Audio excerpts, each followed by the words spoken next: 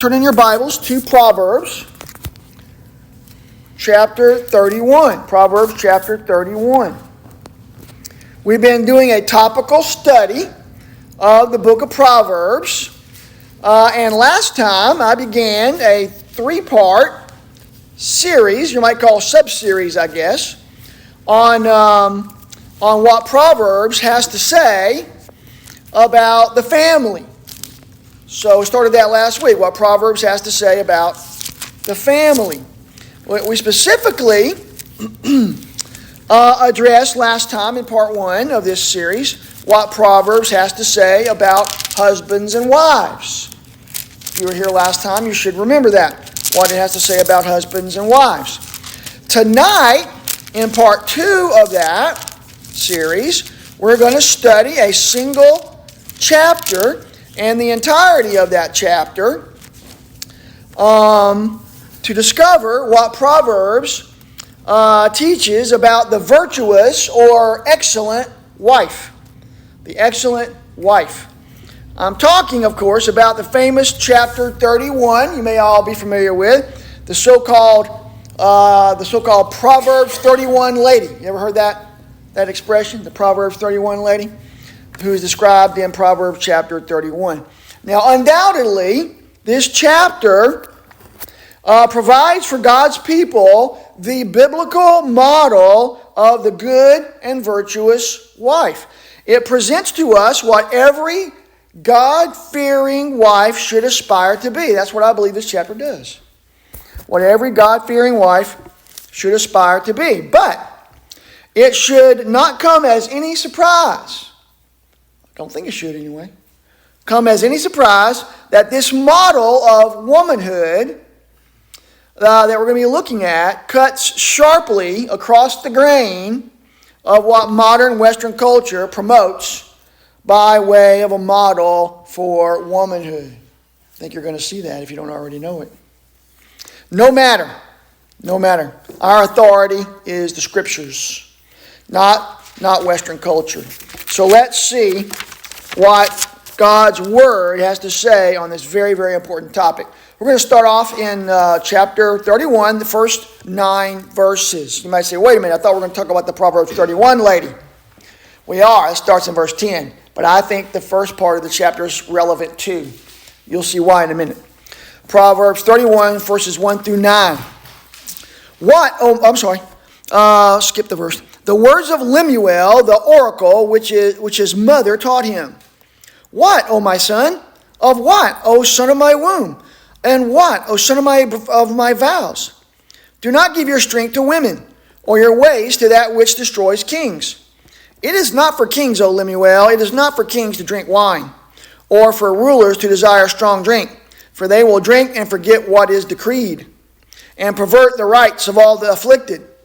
Give strong drink to him who is perishing, and wine to him whose life is bitter. Let him drink and forget his poverty, and remember his trouble no more.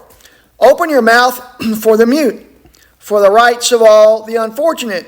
Open your mouth, judge righteously, and defend the rights of the afflicted and needy. I want you to notice, first of all, that these words and the rest of the words of this chapter are the words of, look at verse 1, King Lemuel, not Solomon. The words of King Lemuel. Who's King Lemuel? Some pagan, I don't know. A king. A king.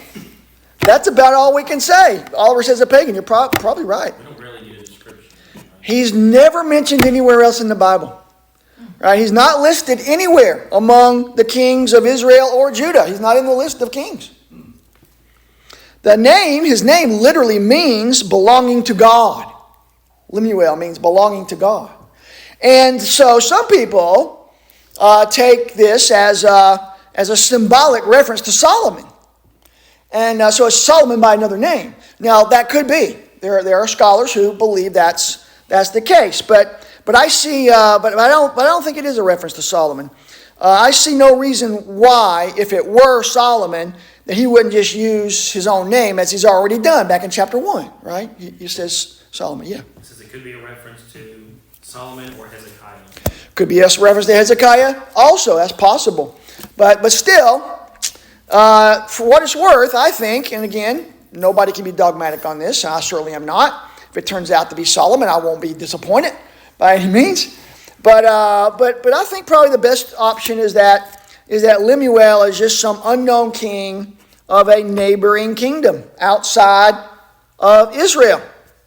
And that Solomon or Hezekiah, I was going to mention him anyway, that Solomon or Hezekiah or maybe some other Israelite prophet recognized these words as having divine wisdom. Right? Wouldn't be the first time a pagan king said words that got recorded in the Bible. Think about Nebuchadnezzar. He's got a whole long prayer, almost a whole chapter of prayer in the book of Daniel, right? So, wouldn't be the first time. In any case, whoever Lemuel was, he tells us, notice verse 1, he tells us he got these words of wisdom from who? His mother. He got these words of wisdom from his mother. And look back over those verses 2 through 9, and tell me what words of wisdom did she give him? What words of wisdom did she give her son? Do not give your excellence to women. Don't give your excellence to women. We'll talk more about that in a minute. Yeah, but yeah, it does say that. Or my translation says your strength to women, right? It actually turns out to be the same Hebrew word either way. But go ahead. What else? Don't drink strong wine. It's not for kings. We'll see why not in a minute, right? Tells him to care about the needy, to make sure he does justice, which is what kings are supposed to do, right? Verse 3, go back to verse 3 for a minute. He says, don't give your strength to women. And then notice it goes on to describe what that means, or your ways to that which destroys kings. Women destroy kings. I think if you interpret this in light of what happened to Solomon, you may have an idea of what that is all about, right? What happened to Solomon after he'd been king for several years? Ton of wives. He wound up with a ton of wives. And where did those wives come from? Other countries, mostly pagans, right? And what did they do? He turned his heart away from God, right? Exactly. I think that's kind of in the background here, that kind of idea, right? I believe that's the basic idea. Being led astray. He was led astray by his multiple pagan wives. And so here's the point. A man, and especially a king, should never forsake, as Solomon did at one point, should never forsake the fear of God for the fear of his wife. Now, is a husband supposed to care about what his wife cares about? Be concerned about her needs and desires and interests? Obviously, yes, right? But not more than he cares about what God thinks, right? God is the highest priority, and I think Solomon forgot that. And that's what I think Lemuel is warning, or Lemuel's mother is warning him about, right? Verses 4 through 7, look at that. This is very interesting. Even though verses 4 through 7 certainly condemn drunkenness, don't they? They condemn drunkenness, especially for kings. Why? Because they may forget about what's decreed.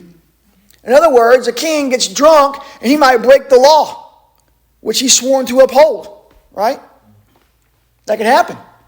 People get drunk and break the laws all the time, right? By getting behind the wheel of a car. How much worse if that's a policeman that does that? How much worse if it's the governor who holds other people accountable for following the law but then breaks it himself, you see?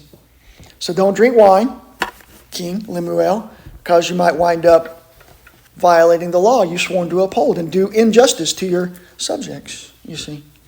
So, but here's the point I want to get at, though. Even though those verses certainly condemn drunkenness, especially for kings, notice that these verses also provide, I don't want to spend more time on this than it deserves, but I have to mention it because it's there, right? These verses also provide strong evidence against the view that drinking alcohol is always wrong. I don't see how a teetotaler, what's a teetotaler? You don't touch it. You don't touch alcohol. I don't know how a teetotaler can handle those verses, right? Because what else? After it tells the king not to touch wine, what does it say? Look at verse 6. Give strong drink to somebody's perishing. Somebody's on their deathbed. Today we give them a shot of an anesthetic, right? Pain-killing drugs. They didn't have those back in those days, Judy, right? So what do they give them instead? Give them liquor. What else? Right? But hey, it's not just that. So in other words, medicinal uses of alcohol, right?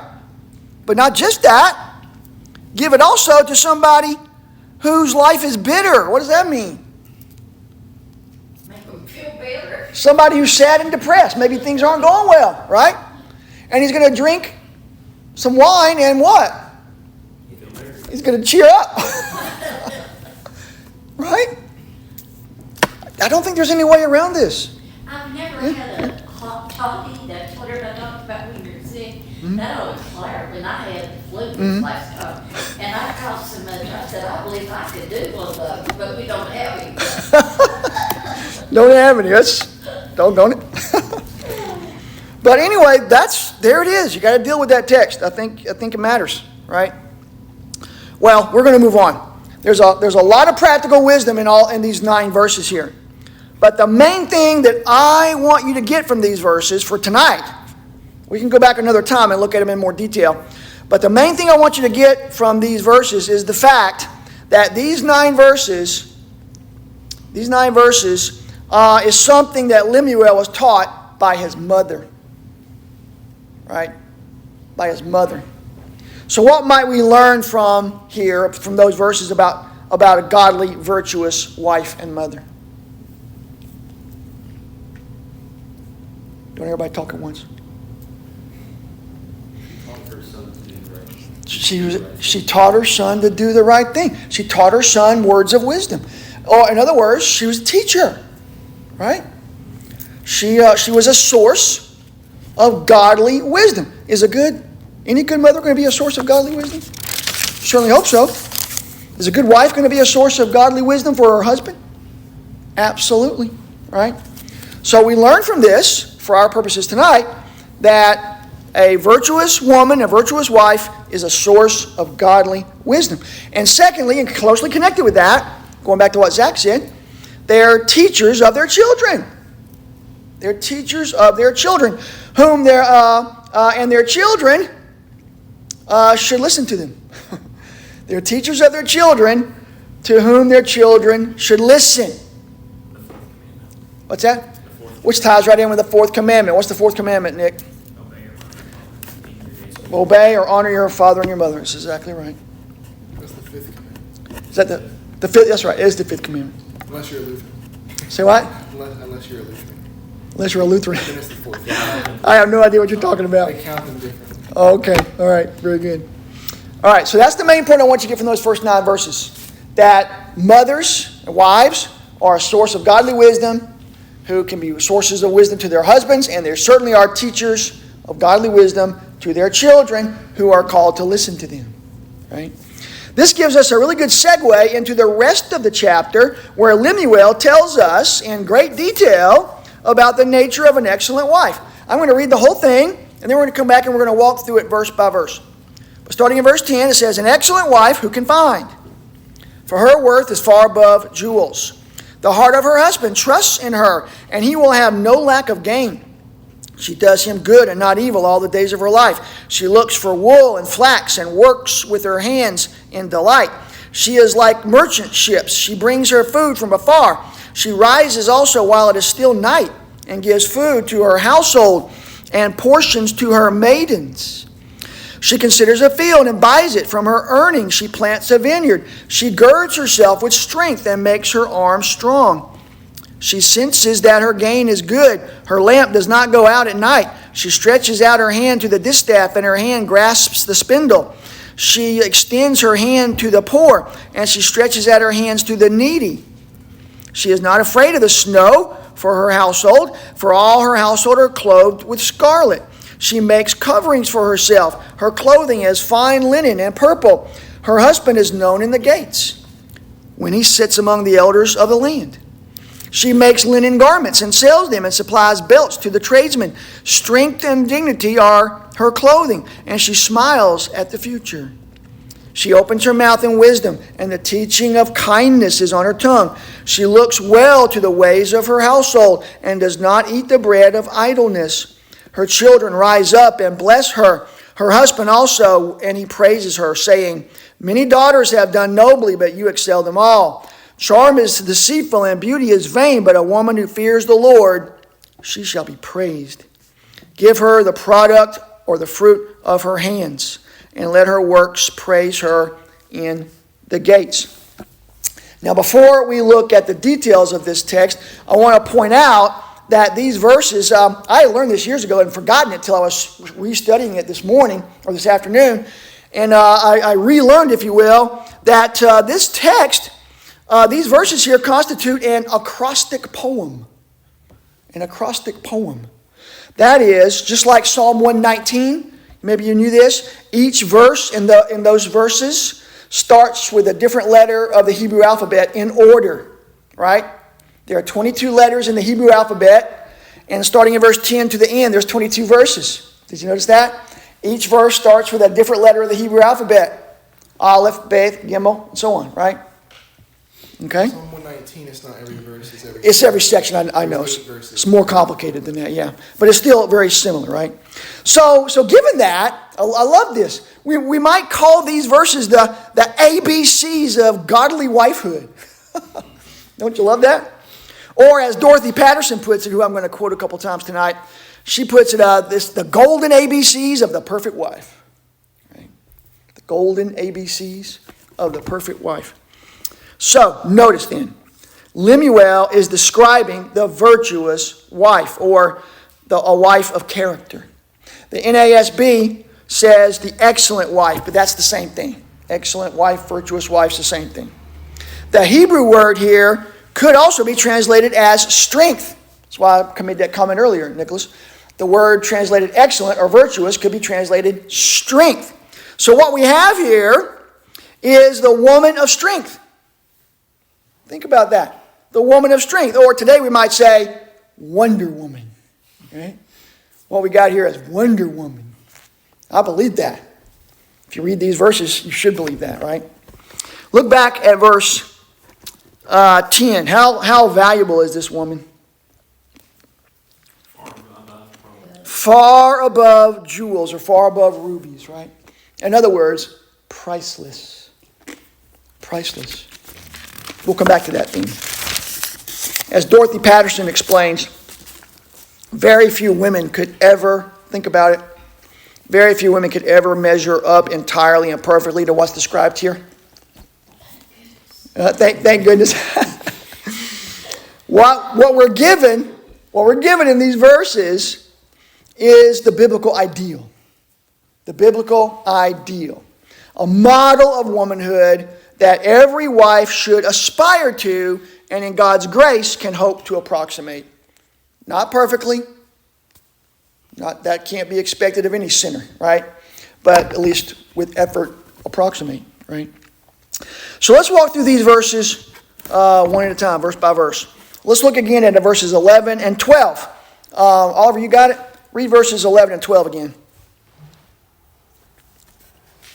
The heart of her husband trusts her, and he will have no lack of gain. She deals bountifully with him for good and not evil all the days of her life. Okay. Why does her husband trust her? It says her husband trusts in her. Why? She seems trustworthy. Because she's trustworthy. Which in this context implies or assumes that she's reliable. She's dependable. Right? She takes responsibility for her God-given domain. Right? Yeah. And it says that she'll be a source of gain for him, right? It's verse 11, right? He will lack no gain because of her. I think it that the gain that he gets is from her comes from her thrift and industry, which he's going to talk about in the following verses. Let's pick up there. Jordan, you got it? Verses 13 through 15. She searches for wool and flax and works with her hands in delight. She is like merchant ships. She brings her food from afar. Verse 15 also, yeah. And she rises while it is still night and gives food to her household, and a portion to her young women. And portion to her young women or maidens, it says in mine. So go back over those verses, 13 through 15, and tell me, how is she characterized in those verses? What are some words you might use to describe her? Strong. She's strong, physically, and certainly mentally too. We may come back to that. But yeah, what else? She sounds creative to me. She is creative, and that's going to come out even more in later verses, but you're right. How about hardworking? How about diligent? Would that be an apt description? What's that? She's considerate Considerate. How so? because she gives her maidservants food and Very good. I like that. She does. She gives her maidservants food. She takes care of them. She's diligent. She provides for her household. You see that? She provides for her household. And what do you think? Let me ask you this. Robin, you brought up the young women or the maidens. What does the mention of the maidens suggest here about this woman? She helps others as well. Well, she helps others, but more than that. a portion of her helps her maidservants. But the fact that she has maidservants tells you what? She's probably got money, and she's a supervisor. She's a manager. She's got people working under her. Do you see that? Well, it says that she considers the field and buys it. So she Oh, can have well, it. we're going to get to that. Okay. We're going to get to that. But she's got maidens, servant women, who are in her employ, right? That she's managing. She's a manager. Very good. All right, let's look at verse 16. Nicholas, how about verse 16? She makes plans for a field and buys it. From the fruit of her hands, she plants a vineyard. All right, so what do we learn about her right there? She buys a vineyard. She's got money. She's got money. We're going to come back to that for another reason too. She's got money. But what does she do with her money? When you buy a vineyard, what does that mean? Making an investment. She's making an investment. You think she's going to grow some crops on that vineyard? Of course she is. She's going to make wine from those grapes? That lemon y'all talked about earlier? And what's she going to do? Jelly. And grape jelly. And what's she going to do with that wine? She going to just drink it? She's going to serve it. She's going to serve it, and well, more than that, she's going to probably sell it. Right? Somebody, yeah, Nick, yeah. This chapter shows that women are better at handling money than men. That's almost certainly true, right? My wife certainly is, I can tell you that. But she's a wise investor. That's the main point I want you to get. She's a wise investor. And the fact that, how does she buy that field? She buys it, notice, from her earnings. What does that tell you? She's already got money before she buys the field. She's going to make money from the field, but she's already got money. So she's a wise investor, and she's industrious. Right? She's industrious. All right, verses 17 through 19. Zach, how about that? 17 through 19. She draws on her strength and reveals that her arms are strong. She sees that her profits are good and her lamp never goes out at night. She extends her hand at the spinning staff, and her hands hold the spindle. All right, very good. So what do we learn there in those verses? Might be some repetition here, but not entirely. You think we also learn again that she's hardworking in those verses? She exercises. She exercises. Yeah, she girds herself with strength. Literally in the Hebrew it says she girds her loins. Just like a man would who's getting ready to go out and work in the fields. She does the same thing. She's not, I take from this that she's hardworking and not lazy. And that she works hard so that her body is strong. And on purpose. So that her body would be strong. It's like that picture of the girl with the... Rosie the Riveter from World War II posters. Yeah, that's right. And I think we also learn from those verses that she's busy making a good home for her family. That is her task. She's busy making a good home for her family. All right, Robin, how about verse 20? She extends her hand to the poor. Yes, she reaches out her hands to the needy. Okay. I'm sorry, I missed something on verse 19. It ties in with what I said about her making a good home, but when it says she stretches out her hand to the distaff and her hands grasp the spindle, she's making clothes, right? She's using a spinning wheel to make clothes, right? All right, but then verse 20, I'm sorry, read that again one more time, Robin. She extends her hand to the poor. Yes, she reaches out her hands to the needy. All right, so she's generous. She's a generous woman. She cares about those who are less fortunate, and she does something about it. Right? All right, Judy, how about verses 21 through 22? She is not afraid for her household when it snows, for all in her household are doubly clothed. She makes her own bed coverings. Her clothing is fine linen and purple. I don't know how anyone could do all this. Well, yeah, no, we'll come back. We'll come back to that. All right, that's a good point. But I want you to look back at those two verses that Judy just read. She's not afraid of the snow for her family. She's not afraid for her family for when it snows. Why not? Because she's prepared ahead of time. That's right. And I love your what translation are you reading from? Your theory, I guess. No, I'm reading from the NASB. But mine says scarlet. And a lot of translations says she makes clothing of scarlet. That could be the right translation. Scholars debate this. But you may know that in Hebrew, there are no written vowels. They just have consonants. I'm sorry? CSB. CSB, okay. I think your translation is probably accurate, more than mine. But it's debatable, right? Hebrew has only consonants, written consonants. You have to supply the vowels, right? And depending on what vowels you supply, the Hebrew word here comes out as scarlet, which is a kind of red, right? Or double. But I think double fits the context better, right? Read that again in your translation, Judy. That last part, last part of verse 21. When it snows, for all in her household are doubly clothed. Doubly clothed, right? They don't have to worry about the snow because they got plenty of clothes to keep them warm. And why do they have plenty of clothes to keep them warm? Because of Walmart? No, What? she made them. She made them. That's right. She made them. Imagine if they had a Walmart. But notice, verse 22. She also clothed herself. I mention this because it's important. Not only does she clothe herself, she clothes herself well. So the way Kidner puts it in his commentary, he says she's thrifty and frugal, but not austere. Overly dressed, showy. Overly frugal, overly thrifty, so that you just wear rags, right? So she clothes her children well, and she clothes herself well, right? Because she cares about herself too. She cares about her own appearance. All right, Sandra, how about verse 23?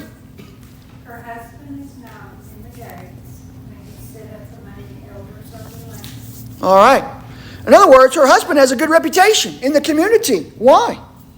Because they know what a good worker. They know what a great wife he has, right? She's got a good woman at home. That's why he can do it. And let me put it this way. She works. Let's put this on the woman, right?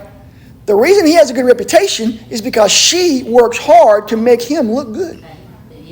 Yes. Right? That still goes on today, too. Absolutely. And guess what? It ought to. Us guys can't do it on our own. But she works hard to make him look good. All right, verse 24. Larry, how about verse 24? She makes linens, garments, and sells them. She delivers girdles to the merchant. To the merchant, my translation say tradesman. I'll comment on that in a moment. But the idea here in verse 24 is that she's a businesswoman. I've already alluded to that with the wine earlier, right? And when she buys a field, right?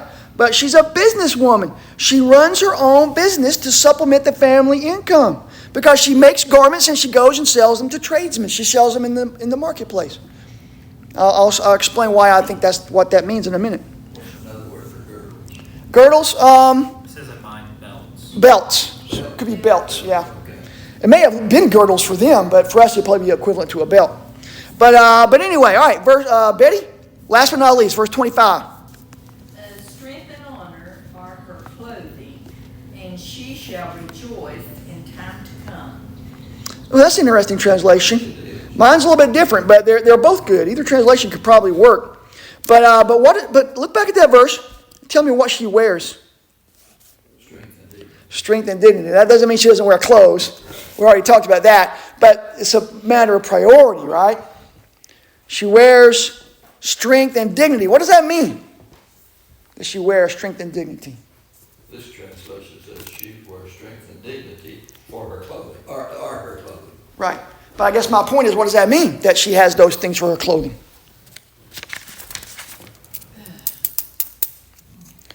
She probably, I don't know, maybe she wore clothing according to what she was doing. Yeah. Like if, Uh-huh. I don't know. Well, I don't think it's talking about literal clothes here. This is a metaphor. What's that? It's how she's presenting. It's how she presents herself and and what she does for herself, right? She puts on, in other words, strength and dignity. This is just another way of saying that she's a woman of character. She's a woman who has a virtuous character, right? She's worked hard to acquire a virtuous character. Wouldn't that be like what if she was out working, maybe she would wear different clothing than she would if she was making. Well, that might be an application of this. Sure, yeah. But I do think the main point is that she's a woman she's dignified, right? She's a woman of virtuous character. And people know it by the way she behaves, right? And then my translation, Betty, says in the last part of that verse, she smiles at the future. But yours said different. Read that again. She shall rejoice in time to come. So that's saying that when the future comes, she'll be rejoicing because she'll see the fruit of her labors. And I believe that's probably true. But I like my translation too. It means that she looks forward to the future with hope and optimism, right? Maybe both of those are true. I don't know, but maybe both of those interpretations are true. But anyway, any other thoughts on that? All right, well, let's look at verses 26 through 29. She opens her mouth in wisdom, and the teaching of kindness is on her tongue. She looks well to the ways of her household, and does not eat the bread of idleness. Her children rise up and and bless her, rather. Sorry. Her husband also, and he praises her, saying, many daughters have done nobly, but you excel them all. Notice again that she's a teacher. And what she teaches is wisdom. You see that? Yeah. Don't forget what? No. Well, I'm sorry. that's all right. You'll have to tell me what that's about later. But she teaches wisdom. In other words, she teaches virtue. She teaches morality. She teaches character. And given verse 28, skip down, it's obvious that who she teaches is primarily her children. Do you see that? Like Lemuel's mother, right? Like Lemuel's mother. And what does she focus her energy on, according to verse 27? What does she focus her energy on? Her household. Her household, so that what? So it says she looks well to the ways of her household. In other words, she looks to make sure her household flourishes and thrives. Right? Everybody see that? And what reward does she get? Verse 28. Her children blesses her. Her children will bless her, and so will her husband. Right? Last but not least, let's look at verses 30 and 31. Charm is deceitful and beauty is vain, but a woman who fears the Lord, she shall be praised. Give her the product of her hands, and let her works praise her in the gates. So notice, look at those verses. Look at verse 30. What does she not focus on? Charm is deceitful, and beauty is vain. A virtuous woman is going to avoid those things, right? And this doesn't mean she's not charming. It doesn't mean that she's not beautiful, right? And doesn't try to look as best she can, right? And it's not saying that. It just goes back to what we were saying a while ago. She clothes herself with dignity, right? With virtue. She doesn't worry so much about these outward things that so many people today focus on, right? Because charm is deceitful and beauty is vain. That can't be her primary focus. That can't be what she prioritizes. That can't be what she sees her value being in, right? How many young women today think that their entire self-worth is tied up in their physical beauty? That's so common, right? But it's also very sad. Because what happens? Let's be honest. You hit 40 and what happens? Things change. things start to change, right? Yep. It's fleeting. All right. So what is her highest priority then? Look at verse, lost my place here. Yeah, the second part of verse 30. Charms deceitful, beauty's vain, but a woman who fears the Lord, she shall be praised. Right? Her highest priority is the fear of the Lord. You see that?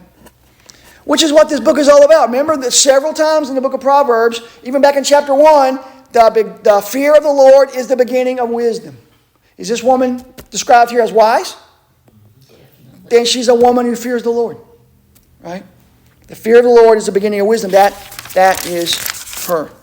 The wise and virtuous wife who fears God and prioritizes His calling on her life will strive to be the woman that's described in this text. And God's word tells her that if she does, her works will praise her in the gates. Her works will be seen by all, and she'll be praised in the gates. Now, it should be obvious from all that I've said here and that we've seen here in this chapter that the excellent, virtuous wife, whose value is, go back to the first part of this, whose value is far above jewels, right? This virtuous woman has as her primary calling from the Lord the care and nurture of her family. Her family is her highest calling. Her husband, her children, her household. In other words, the well-being of the family is her primary domain of life and ministry. Now, having said that though, we need to talk about how this fits into our own cultural context. I'm not going to be able to say everything that might need to be said. But despite what our world tells us about women today and what should be on store for women today, this idea that a woman's primary focus is the health and well-being of her family and her household, this is a good thing. This is a good thing. It's a meaningful thing. And a woman can and should find meaning and find significance in being a homemaker. I believe that with all my heart. And I love what Dorothy Patterson says about this. Here's a really good book that everybody ought to read called Recovering Biblical Manhood and Womanhood, edited by John Piper and Wayne Grudem. It's a collection of articles on biblical roles for husbands and wives and pastors and non-pastors and all that. But Dorothy Patterson, do y'all know who she is? Do y'all know who Paige Patterson is? Famous Baptist leader. This is his wife. But anyway, she has a chapter in this book. And listen to what she says on what I just commented on. She says, homemaking is a career. It's a career. The dictionary defines the homemaker as, quote, one who manages a household, especially a wife and mother, end quote. There are reasons why I, Dorothy, believe this career is important enough to demand a woman's diligent preparation, foremost commitment, full energies, and greatest creativity. A homemaker does her job without the excitement of a paycheck, right? But she cannot be duplicated for any amount of money. Why? Because she's worth more than rubies. Isn't that what it says? More than rubies. Dorothy Morrison, she quotes another Dorothy, says, quote, homemaking is not employment for slothful, unimaginative, incapable women. That's for sure. It has as much challenge and opportunity, success and failure, growth and expansion, perks and incentives as any corporate career. I think that's true, right? And I would also say is more valuable than any corporate career. In fact, Patterson in that article goes on to say that, right? But now, I want to step back. Having said everything I just said, which I'm not going to take back, right? Might be stepping on toes, I don't know. But I'm not going to take any of it back. But having said that, does this mean, and this question is only rhetorical, I'm going to answer it, right? What everything I just said mean? Does it mean that a wife should never work outside the home? I think the answer is it doesn't mean that. It does not mean that. No, it doesn't. Our very text in Proverbs 31 shows that it doesn't mean that.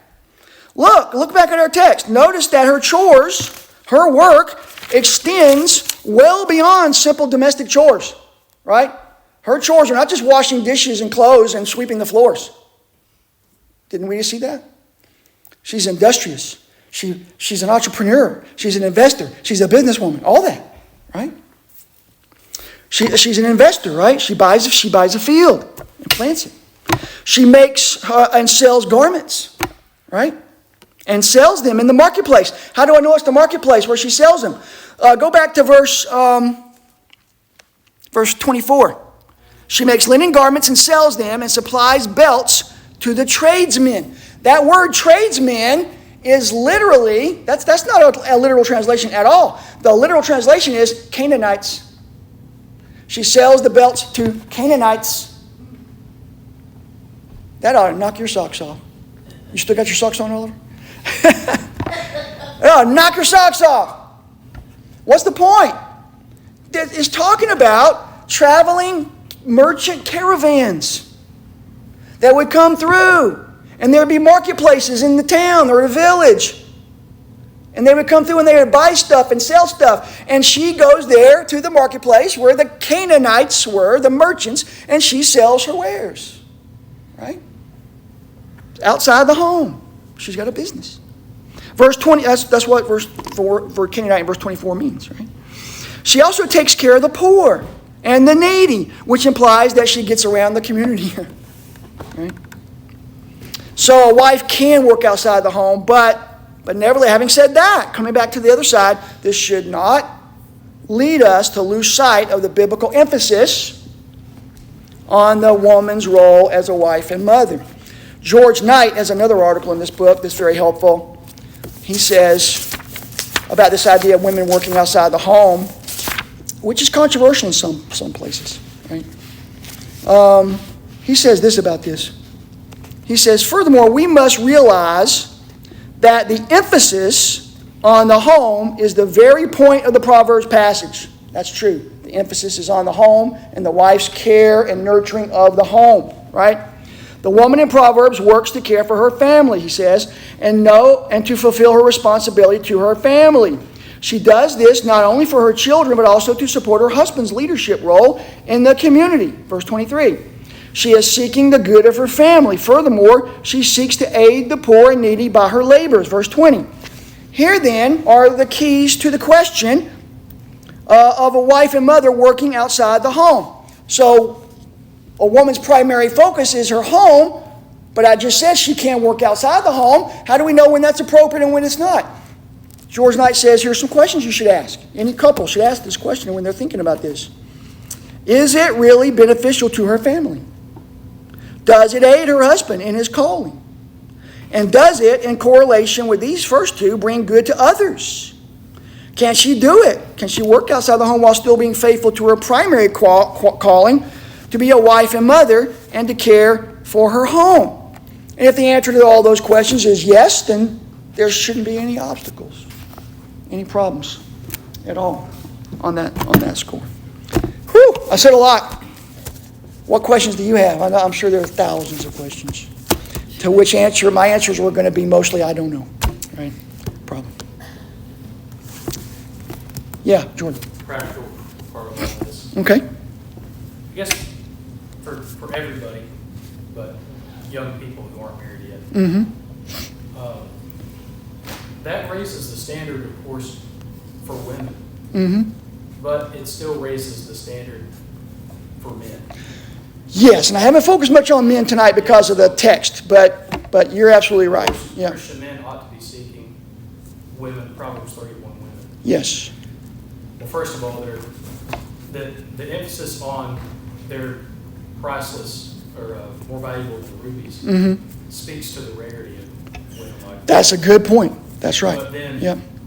a woman like that is also not going to marry a man who doesn't live up to a certain standard. And doesn't value her for trying to be this kind of woman. That's right. Yes, the real practical question will be, as young Christian men, what steps have to be taken to seek someone like that? Mm-hmm. To seek someone like that, or to find someone like that? Find or seek someone.